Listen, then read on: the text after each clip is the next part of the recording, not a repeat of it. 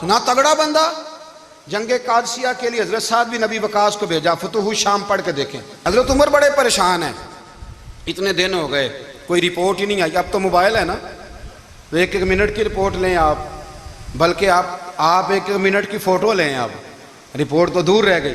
حضرت عمر فاروق رضی اللہ تعالیٰ عنہ بڑے پریشان ہیں کہ قادسیہ میں حضرت سعد بن ابی وقاص کے ساتھ لوگ جہاد کرنے گئے, رپورٹ کوئی نہیں آ رہی. اتنے پریشان تھے کہ باہر نکل کے نا اس رستے پہ بیٹھ جاتے جو رستہ قادسیہ کی طرف سے آتا تھا. جو بھی آتا جاتا پوچھتے جنگ کے کیا حالات ہیں. ادھر جب اللہ نے فتح دے دی نا تو حضرت سعد بن ابی وقاص رضی اللہ تعالیٰ عنہ نے نا ایک قاصد کو خط دے کے بھیجا. کہنے لگے عمر کے پاس جاؤ, انہیں اطلاع دو کہ الحمدللہ اللہ نے اسلام کو فتح عطا کر دی. یہ حضرت عمر کو جا کے دینا. وہ بڑے پریشان ہوں گے. وہ جو اس زمانے میں اس طرح ہوتا تھا کہ کئی دور دور سے صحابہ جو دوسرے شہروں کے ملکوں کے رہنے والے ہوتے تھے وہ بھی آ کے شامل ہو جاتے تھے جہاد میں. کوئی ایک دفعہ مدینے آیا, کوئی 2 دفعہ آیا, پھر اپنے اپنے علاقوں میں. بہت سارے لوگوں نے زیادہ دفعہ حضرت عمر کو دیکھا بھی نہیں تھا. وہ جو قاصد خط لے کے آیا تھا نا, اس نے ایک آدھ دفعہ دیکھا تھا. حضرت عمر بوڑھے ہو گئے, وہ پہچانتا نہیں تھا. ادھر سے وہ خط لے کے آ گیا. حضرت عمر مدینے سے باہر نکل کے اس روڈ پہ بیٹھے تھے جو قادسیہ سے آتا تھا. جب وہ اس آدمی کو آتے دیکھا تو حضرت عمر اٹھ کے کھڑے ہو گئے, فرمانے لگے قادسیہ سے آ رہے ہو؟ وہ کیا کہتا ہے؟ پھٹے پرانے کپڑے, ٹوٹے ہوئے جوتے, سر پہ پرانی پگڑی. کہنے لگے غلام مدینے کے رہنے والے ہو؟ حضرت عمر کہنے لگے ہاں مدینے کا ہوں. کہا میں قادسیہ سے آیا ہوں, الحمدللہ اللہ نے اسلام کو فتح دے دی ہے, الحمدللہ کفر کی کمر ٹوٹ گئی ہے. اس نے یہ بات کر کے تو گھوڑے کو ایڑی لگائی, گھوڑا دوڑنے لگا مدینے کے. حضرت عمر بھی ساتھ ساتھ دوڑ رہے. فرمانے لگے اچھا بتاؤ خالد بن ولید کا کیا حال ہے؟ تھوڑا آگے جا کے فرمانے لگے اسامہ بن زید کیسے ہے؟ وہ کہتے ہیں ٹھیک ہے. پھر اس نے اور گھوڑا, عمر ساتھ ساتھ دوڑ رہے ہیں, ساتھ ساتھ. 24 لاکھ مربع میل کا حکمران, ایک جوتا پیر سے نکل گیا, عمر دوڑ رہے ہیں. آگے جا کے پوچھتے ہیں سعد بن ابی وقاص کا کیا حال ہے؟ کہا حضور وہ بھی ٹھیک ہے. کتنے لوگ میرے شہید ہو گئے مسلمانوں میں سے؟ کہنے لگا صحیح گنتی کا نہیں پتا. یہ لفظ ادا ہوتے ہوتے مدینے کی سرحد آ گئی. لوگوں نے عمر کو گھوڑے کے ساتھ دوڑتے دیکھا تو کہا امیر المومنین کیوں دوڑ رہے ہیں؟ وہ غلام چھلانگ لگا کے نیچے آیا, قدموں میں بیٹھ گیا. کہنے لگا حضور آپ نے بتایا ہی نہیں آپ امیر المومنین ہیں. آپ فرمانے لگے کیا بتاتا؟ میں تو اونٹ چرانے والے کا پتر ہوں, کیا بتاتا؟ وہ عمر ہوں جس نے اپنے گناہوں کا حساب دینا ہے. کیا بتاتا؟ جو سعد بن ابی وقاص کو جہاد پہ بھیج کے خود بزدلوں کی طرح گھر میں بیٹھا ہے. کیا بتاتا؟ کوئی حیثیت نہیں, کوئی تار. تو نے اچھا کیا, تو تو مجاہد تھا, مجھے ساتھ ساتھ دوڑایا, تو نے اچھا کیا. جتنے لوگ تھے چیخیں مار کے رونے لگے. حضرت فاروق اعظم سے کہنے لگے عمر جب تک تیرے جلوے رہیں گے اللہ کامیابیاں ہی عطا فرمائے گا, جب تک تیرا رنگ رہے گا اللہ تعالیٰ نوازتا ہی رہے گا. کچھ نہیں کبھی اپنا آپ ظاہر ہی نہیں کیا. بہت بڑے تھے, بہت بڑے تھے حضرت عمر, بڑے تھے. حضرت ابو رافع غلام تھے, قرآن پاک بڑا سونا پڑھتے تھے. حضرت عمر جب بھی انہیں ملتے کہتے ابو رافع تو عمر سے اچھا ہے, قرآن بڑا شاندار پڑھتا ہے. تو وہ کہتے حضور اگر میں قرآن صحیح پڑھتا ہوں تو آپ کو قرآن کی تشریح زیادہ صحیح آتی ہے, آپ بھی تو مجھ سے افضل ہیں. تو آپ فرماتے نہیں پھر بھی تو مجھ سے افضل ہے. کیوں؟ اس لیے کہ تو اپنے آقا کی نوکری بھی ٹھیک کرتا ہے اور رب کی عبادت بھی ٹھیک کرتا ہے, اور مجھے خالص صرف عبادت کرنی ہوتی ہے وہ بھی ٹھیک نہیں کر پاتا. ساری زندگی اپنا محاسبہ, ساری زندگی اپنے گریبان میں دیکھا, ساری زندگی اپنے آپ کو پرکھا, اپنے آپ کو ٹٹولا. 62 سال عمر بیت گئی. حضرت حذیفہ بن یمان ایک صحابی تھے, میرے نبی کریم علیہ السلام نا ان سے راز کی باتیں کرتے تھے. ہر بندے کا ہاضمہ ٹھیک نہیں ہوتا, سب سے راز کی بات نہیں کرنی چاہیے. حضرت حذیفہ بن یمان کہتے ہیں حضور راز کی باتیں بتاتے. مدینہ منورہ میں جو منافقین تھے ان کی لسٹ بھی نبی پاک نے حضرت حذیفہ بن یمان کو دی تھی. جب کوئی مشکوک آدمی مر جاتا نا تو صحابہ کہتے ہیں ہم دیکھتے اگر حضرت حذیفہ نے جنازہ پڑھا ہے تو ہم بھی جنازہ پڑھ لیتے. نبی پاک نے بھی کچھ جنازے نہیں پڑھے. ترمذی میں ہے فرمایا عثمان سے جو بغض رکھے اس کا جنازہ نہیں پڑھیں گے. حضرت حذیفہ بن یمان اگر جنازہ پڑھتے تو لوگ پڑھتے, وہ نہ پڑھتے تو لوگ جنازہ نہ پڑھتے. حضرت حذیفہ بن یمان کہتے ہیں جناب عمر فاروق کی خلافت کے آخری ایام تھے, کچھ دنوں کے بعد وہ شہید ہو گئے. فرماتے ہیں آدھی رات کا وقت تھا، میں گھر میں سویا تھا بڑا بے فکر، اچانک میرے دروازے پہ دستک ہوئی، میں گھبرا کے اٹھا، اتنی رات کو کون آیا؟ کہتے ہیں قربان جاؤں، دروازے پہ گیا تو امیر المومنین فاروق اعظم دروازے پہ۔ میں نے کہا عمر کوئی حکم تھا تو مجھے بلا لیتے۔ کہنے لگے میں نا امیر بن کے نہیں آیا، تیرا ویر بن کے آیا ہوں۔ امیر المومنین کی حیثیت سے سرکاری کام سے بلاتا تو وہاں بلاتا، مجھے ایک ذاتی کام پڑ گیا۔ کہتے ہیں میں نے عمر کو گھر کی اندر بلا کے چارپائی پہ بٹھایا، میں نے کہا حضور میں غریب آدمی، میں کیا آپ کے کام آ سکتا ہوں؟ تو کہتے ہیں انہوں نے نا مجھے ساتھ بٹھا لیا، پھر میرا ہاتھ پکڑ لیا، کہنے لگے تو عمر کو جانتا ہے؟ عمر جھوٹ نہیں بولتا، تو جانتا ہے عمر وعدوں کا پکا ہے؟ کہا حضور جانتا ہوں۔ کہا میں اس وقت آیا ہوں جب دیکھ بھی کوئی نہیں رہا۔ حضرت حذیفہ بن یمان کہتے ہیں پریشان ہو گیا، حضور پہلیاں نہ بجھوائیں، مہربانی کریں بتائیں کدھر آئے ہیں؟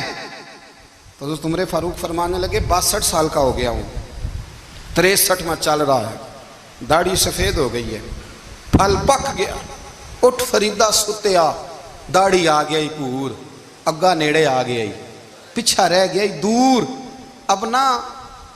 اب قبر اشر کا معاملہ صاف نظر آنے لگا ہے۔ کہا حضور مجھ سے کیا چاہتے ہیں؟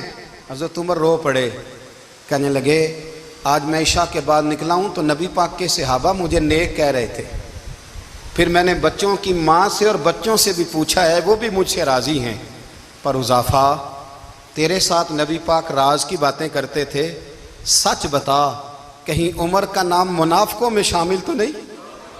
سچ بتا ان منافقین میں تو شامل نہیں، کہیں اوپر سے تو نہیں سارا کچھ؟ حضرت حذیفہ بن یمان کہتے ہیں میں باپ کے مرنے پہ اتنا نہیں رویا جتنا عمر کے سوال پہ رویا۔ میں قدموں میں بیٹھ گیا، میں نے کہا نہیں عمر یہ تو میں نے نہیں سنا، لیکن یہ میں نے نبی پاک سے ضرور سنا ہے کہ میرے بعد اگر کوئی نبی ہوتا تو عمر ابن خطاب ہوتا۔ یہ میں نے اپنے کانوں سے سنا ہے کہ عمر جس گلی سے گزرے شیطان راستہ بدل جاتا ہے۔ کہ نبی کریم علیہ السلام نے فرمایا کہ جبریل امین 950 سال میرے عمر کی شان بیان کریں تو عمر کی شان ختم نہیں ہوتی۔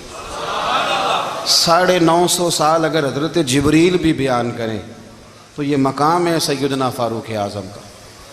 اللہ تبارک و تعالیٰ نے جس طرح سارے نبیوں میں شان حضور کو عطا فرمائی، اسی طرح تمام نبیوں کے حواریوں میں سب سے زیادہ شان حضور کے غلاموں کو عطا فرمائی۔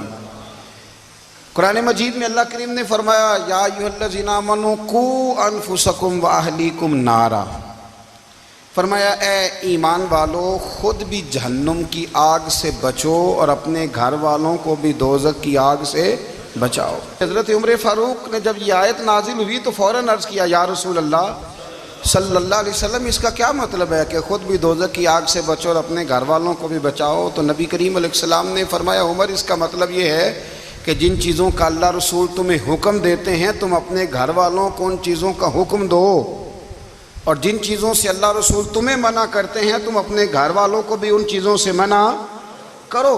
حضرت عمر فاروق کی زندگی میں جو چیز آپ کو بہت زیادہ ملے گی نا وہ یہ ہے کہ آپ نے جتنا کڑا احتساب محاسبہ باہر والوں کا کیا ہے نا اس سے زیادہ بڑھ کے اپنا اور اپنے گھر والوں کا کیا ہے۔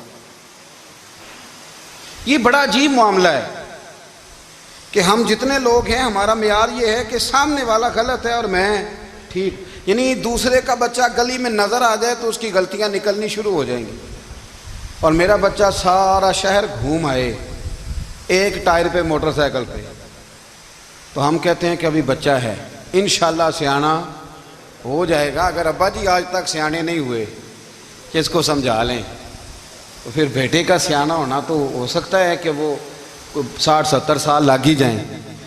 گھر کے اندر جب تک توجہ نہیں ہوتی اور سب سے پہلے جب تک اپنی ذات پر توجہ نہیں ہوتی، میں کہا کرتا ہوں کہ باہر لیکچر چلتا ہے گھر میں عمل چلتا ہے، لیکچر باہر چلتا ہے گھر کے اندر عمل چلے گا۔ باہر تو آپ نے کہہ دیا نماز پڑھا کرو، ختم ہو گئی بات، لیکن گھر میں بچے نماز تب پڑھیں گے جب ان کے والد نماز پڑھیں گے۔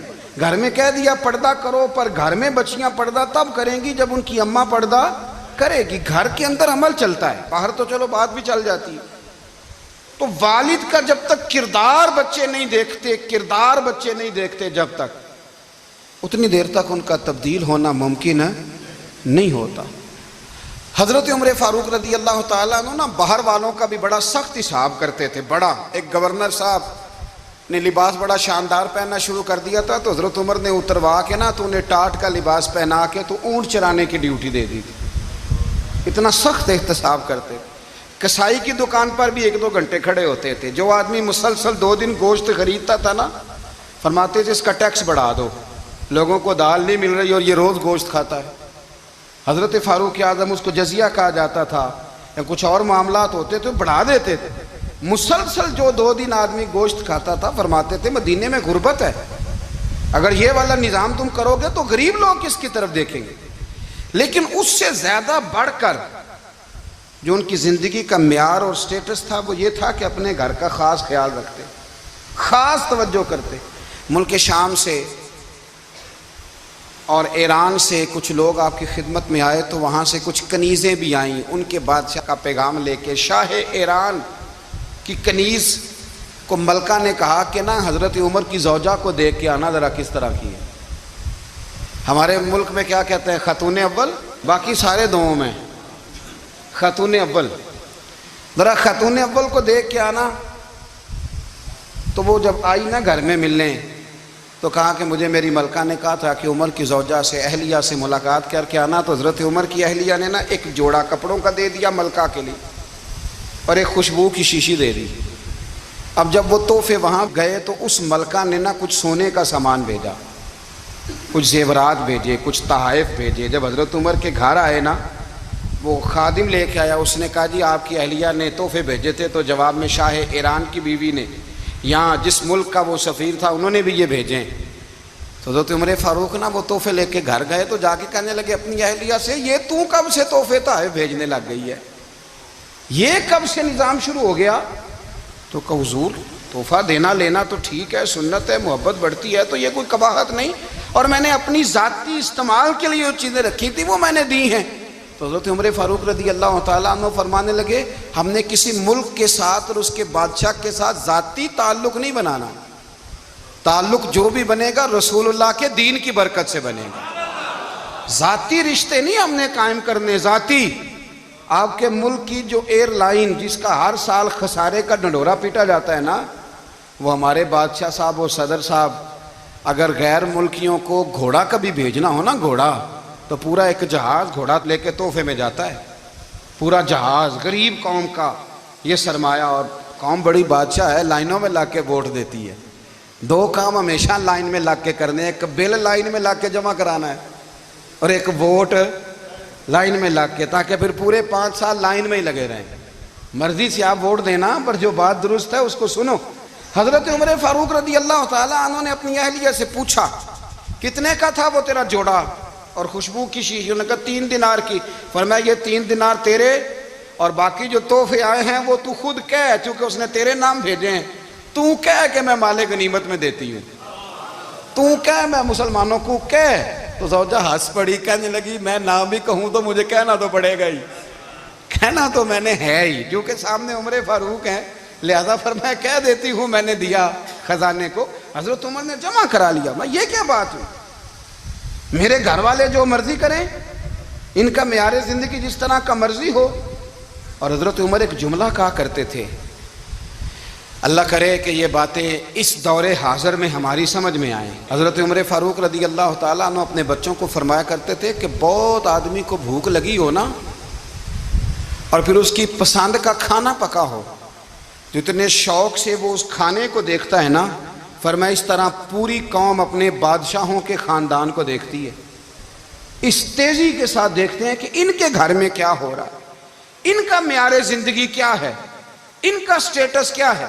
آپ کے بچے دونوں کاروبار کے لیے مصر گئے, ایک بہت بڑا قافلہ گیا مدینے سے مصر تجارت کے لیے. تو یہ گئے تجارت کے لیے, تو حضرت عبداللہ ابن عمر, حضرت عبید اللہ ابن عمر, حضرت عمر کے دونوں بیٹے گئے. جناب عمر فاروق کے بچے جب وہاں پہنچے تو مصر کے گورنر نے نا لوگوں کو تعارف کرایا کہ یہ عمر فاروق کے بیٹے ہیں. ایک چھوٹی سی بات کر دوں, یہ چودھری کے بیٹے کو کون بتاتا ہے کہ تو چودھری کا بیٹا ہے؟ باہر والے بتاتے ہیں, گھر والے. اور سیٹھ صاحب کے بیٹے کو کون بتاتا ہے کہ تو سیٹھ صاحب کا بیٹا ہے؟ اور مالک کو کون بتاتا ہے کہ تو مالک کا بیٹا ہے اور یہ کرایہ دار ہے؟ یہ کون بتاتا ہے؟ یہ سوچ ہم دیتے ہیں بچوں کو. چودھری اور کمی کی سوچ، امیر اور غریب کی سوچ، مالک اور کرایہ دار کی سوچ، گھر کے مالک کی اور کام کرنے والے کی سوچ، یہ ہم دیتے ہیں. یاد رکھنا یہ ہم دیتے ہیں، یہ ہمارا مزاج ہے، یہ باہر سے نہیں آتی. تو کوئی شہزادہ ہے، تو سیٹھ ہے، تو نواب ہے، یہ سوچ باہر سے نہیں آتی. یہ اماں سوچ دیتی ہے، اماں، یہ ابا سوچ دیتا ہے.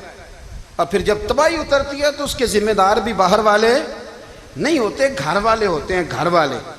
ہمارے بچوں کی طبیعتوں پر زیادہ نقش باہر والوں کا نہیں ہوتا، گھر والوں کا ہوتا ہے. یاد رکھیے گا. حضرت عمر فاروق رضی اللہ، بچے ہیں، شہزادے ہیں، وہ کاروبار کرنے گئے اور وہاں بتایا گورنر صاحب نے کہ یہ فاروق اعظم کے بچے ہیں، امیر المومنین کے. لوگوں نے ان سے زیادہ مال خریدا، تجارت میں زیادہ نفع ہوا. ظاہر ہے کہ وہ آپ کے جو اللہ خیر کرے حکمران ہیں، ان کے کاروبار کتنے ملکوں میں ہیں، کس بنیاد پر ہیں؟ وہ صرف اس بنیاد پر کہ وہ حکمران رہے، ان کے لیے آسان تھا بڑے لوگوں سے تعلقات بنانا. حضرت عمر فاروق رضی اللہ تعالیٰ عنہ کے بچے ڈھیروں مال کما کے جب واپس آئے نا، تو حضرت عمر سے آ کے بچوں نے بطور محبت کا، ابا جی اللہ نے بڑا ہی فضل کیا ہے، بڑا مال کمایا الحمدللہ، یہ دیکھیں کتنا نوازا ہے. تو حضرت عمر کہنے لگے سارے قافلے نے اتنا ہی کمایا ہے، سارے قافلے نے اتنا ہی کمایا ہے؟ کہ حضور نہیں، سارے قافلے نے اتنا نہیں کمایا، سب کو اتنا نہیں ملا. وہ تو وہاں گورنر صاحب نے لوگوں کو تعارف کرایا تھا کہ یہ عمر کے بچے ہیں، تو لوگوں نے پھر ہم سے بڑا ہی خریدا. تو حضرت عمر فرمانے لگے ٹھیک ہو گیا، میں بات سمجھ گیا. اس طرح کرو، جو تمہاری اصل زر تھی نا، جو راز تھی، وہ رکھ لو اور باقی سارا مال خزانہ میں جمع کرا دو. اس لیے کہ یہ تم نے تجارت نہیں کی، یہ تم نے اپنے باپ کا نام بیچا ہے، یہ تم نے امیر المومنین کے بیٹے ہونے کا فائدہ اٹھایا ہے. فرمایا یہ تمہارا نہیں حق، یہ مسلمانوں کا ہے. اس لیے کہ یہ مال تم نے محنت سے نہیں کمایا، یہ باپ کی کرسی کا فائدہ اٹھایا ہے. اور فرمایا اگر تم نے مال جمع نہ کرایا تو میں مال بھی لے لوں گا زبردستی اور کوڑے بھی ماروں گا، ڈبل سزا دوں گا. مرضی سے جمع کراؤ گے تو کوڑوں سے بچ جاؤ گے. بڑے بیٹے نے تو جمع کرا دیا، تو چھوٹا تھوڑا پریشان ہوا. تو حضرت عبداللہ ابن عمر چھوٹے بھائی کا ماتھا چوم کے کہنے لگے بیٹے چپ کر کے جمع کرا، یہاں بھی فخر کر کے ہم عمر کے بیٹے ہیں، اور قیامت میں بھی فخر کریں گے کہ ہم فاروق اعظم کے بیٹے ہیں. حضرت عمر فاروق نے ذاتی زندگی پر جو توجہ دی، گھر والوں کے معیار پر جو توجہ دی حضرت عمر فاروق رضی اللہ تعالیٰ عنہ نے، وہ بھی بڑی دیدنی ہے. حضرت ابو موسیٰ اشعری کو نا آپ نے وزیر خزانہ بنایا تھا. تو حضرت ابو موسیٰ اشعری کہتے ہیں کہ حضرت عمر کو شے خزانے میں رہنے تو دیتے نہیں تھے. ایک دن نا میں صفائی کر رہا تھا اس کمرے کی جس میں خزانہ رہتا تھا. ہمارے تو ملک میں جو جاتا ہے وہ صفائی کر کے ہی جاتا ہے، اللہ خیر کرے. اور خیر معیار بدلتا ہے. جو پچھلی حکومت ہوتی ہے وہ قرضہ اٹھاتی ہے، وہ باہر سے جاتی ہے تو قرضہ لے کے آتی، اور جو نہیں آتی ہے وہ کہتی ہے ہمیں پیکج مل گیا ہے. وہ قرضہ نہیں اٹھاتے، ان کو کیا ملتا ہے؟ یعنی پچھلی نے قرضہ لیا تھا اور ہم نے، واہ جی واہ کیا خوبصورت انداز ہے. اس کا نام بدل کے نا، انہوں نے قرضہ لیا تھا اور ہم نے، میں کہا بڑے شاندار سیانے بندے ہو گئی. حضرت سیدنا ابو موسیٰ اشعری کہتے ہیں کہ میں نے نا مال غنیمت کی صفائی کی تو ایک دینار مجھے نا کہیں پڑا ہوا مل گیا. تو فرماتے ہمیں اجازت ہوتی تھی کہ ایک آدھ دینار ہم اپنی مرضی سے کہیں خرچ کر سکتے تھے. اگر آپ ناراض نہ ہوں تو ہمارے ہاں جب چیئرمین صاحب، ناظم صاحب ٹھیکے دیتے ہیں تو ٹھیکیدار ان کا چھوٹا بھائی ہوتا ہے، یا چچا کا بیٹا ہوتا ہے، یا خالہ کا بیٹا ہوتا ہے. وہ خود ناظم ہوتے ہیں اور ان کا چھوٹا بھائی ٹھیکیدار ہوتا ہے. یعنی وہ نا سارا کچھ گھر کے اندر ہی رہتا ہے، گھر کے اندر ایک پیسہ دیتا ہے، دوسرا واپس اس کو واپس کر دیتا ہے، گھر کے اندر ہی. اب تو خیر ہمارے لوگ سمجھدار ہو گئے، ایک بندہ ایک سیاسی جماعت میں ہوتا ہے، دوسرا دوسری میں، اور تیسرا جس کی بھی حکومت آئی حکومت تو ہماری رہے گی نا، ایک بندہ تو ہے نا اس جماعت میں. یہ اچھا لوگوں نے ایک طریقہ نکالا ہے. تو حضرت عمر کے بیٹے گزر رہا تھا تو حضرت ابو موسیٰ اشعری کہتے ہیں میں نے صفائی کی تو ایک دینار نکلا. تو میں نے وہ ایک دینار نا حضرت عمر کے بیٹے کو دے دیا. میں نے کہا لو بیٹا اپنے چچا کی طرف سے تحفہ. تو گھر جا کے انہوں نے حضرت عمر کو بتایا کہ چچا نے پیسے دیے ہیں، چھوٹے بچے تھے. حضرت عمر نے حضرت ابو موسیٰ اشعری کو بلا لیا اور بلا کے فرمانے لگے میں تو تمہیں اپنا دوست جانتا تھا اور تو نے میری اولاد کو ہی دنیا دار بنانا شروع کر دیا. میرے بچوں کو تم نے دنیا دار پیسوں پہ لگانا شروع کر دیا، میں تو تمہیں یار سمجھتا تھا۔ فرمایا تمہیں چاہیے تھا میرے بیٹے کو نصیحت کرتے کہ بیٹا پیسوں سے رب راضی نہیں ہوتا، اس کی رضا والے کام کیے جائیں تو رب راضی ہوتا ہے۔ اور فرمایا تمہیں کوئی اور گھر نہیں ملا تھا تباہ کرنے کے لیے، میرا ہی گھر ملا تھا، اٹھاؤ اپنا دینار اور خبردار آج کے بعد میرے بچوں کے ساتھ یہ والی نیکی نہ کرنا۔ اور ہمارا کیا سٹیٹس ہے؟ دوستی ہے ہی اس سے جو تحفے زیادہ دے، جو بچوں کو خراب کرنے میں مدد زیادہ کرے، اس کے ساتھ یہ رہنا۔ حضرت عمر نے گھر پہ اور سب سے بڑھ کر اپنی ذات پہ توجہ کی۔ حضرت ابو مالک رضی اللہ تعالیٰ عنہ کہتے ہیں میں عمر کے پیچھے پیچھے ایک باغ میں گیا، اکثر اس باغ میں جایا کرتے تھے، اور عمر جا کے نا تو درخت کے نیچے بیٹھ گئے اور فرمانے لگے او امیر المومنین، اللہ سے ڈر جا، ورنہ جس رب نے حکومت دی ہے وہ عذاب بھی بڑا دے گا، ڈر جا رب سے۔ کبھی ساری زندگی حضرت عمر نے اپنا کوئی تعارف نہیں کرایا، کبھی نہیں۔ ایک بندے نے آپ کے سامنے تعریف کر دی آپ کی تو فرمانے لگے تو خود بھی ہلاک ہوا اور مجھے بھی ہلاک کر دیا، کیا ضرورت پڑی ہے میری تعریفیں کرنے کی؟ اتنی دیر میری تعریف میں لگائی، اللہ کا ذکر کرتا رب تجھے ثواب دیتا، حضور پہ درود پڑھتا تو رب تیرے اوپر رحمتیں نازل کرتا، کس چکر میں ہے؟ آج جتنا اچھی کوئی خوشامد کرے اتنی اچھی وزارت ملتی ہے، جتنی اچھی اس کو جو ہے وہ چاپلوسی کرنی آیا درجہ بھی اسے اتنا ہی اچھا ملتا ہے۔ حضرت عمر فاروق رضی اللہ تعالیٰ عنہ آپ کے بیٹے کہتے ہیں، صاحب فتوح الشام نے لکھا ہے، آپ کے صاحبزادے کہتے ہیں میں نکلا تو میرے ابا جی نا اپنی پشت پر مشکیزہ رکھ کے کنویں سے پانی بھر کے آ رہے تھے۔ میں دوڑ کے آگے گیا، میں نے کہا ابا جی مجھے دے دے۔ فرمانے لگے بیٹا تیرا کیا خیال ہے، کوئی اور نہیں تھا مشکیزہ بھر کے لانے کے لیے، تیرا کیا خیال ہے؟ کہا ابا جی بڑے لوگ تھے پر آپ کیوں اٹھا رہے ہیں؟ فرمانے لگے نفس نا ذرا میرا بڑا ہو گیا تھا، اسے ذرا ذلیل کر رہا ہوں، ذرا اپنا محاسبہ کر رہا ہوں، یہ مجھے کہہ رہا تھا تو بڑی چیز ہے، تو میں نا ابھی مشکیزہ گھر رکھ کے آؤں گا، پھر تیری ماں نے مجھے کہا ہے کہ گھر میں لکڑیاں کوئی نہیں جلانے کے لیے، پھر میں جنگل سے لکڑیاں کاٹ کے لاؤں گا۔ امیر المومنین بن کے نا تو میرا نفس تھوڑا بڑا ہو گیا۔ اب یقین کریں ہمارا ہاضمہ خراب ہو جاتا ہے جب تک ہمارا تعارف صحیح نہ ہو، ہمارا تعارف ٹھیک نہ ہو، میں یہ ہوتا ہوں میں وہ ہوتا ہوں، چھوڑ مٹی دیں تے مٹی رہنا ہی، مٹی دیں تے مٹی دیں تے مٹی رہنا ہی، ایویں کادی بلے بلے اج مٹی دے اتے بندیا تے کل مٹی دے تھلے، مٹی دیں تے مٹی رہنا ہی۔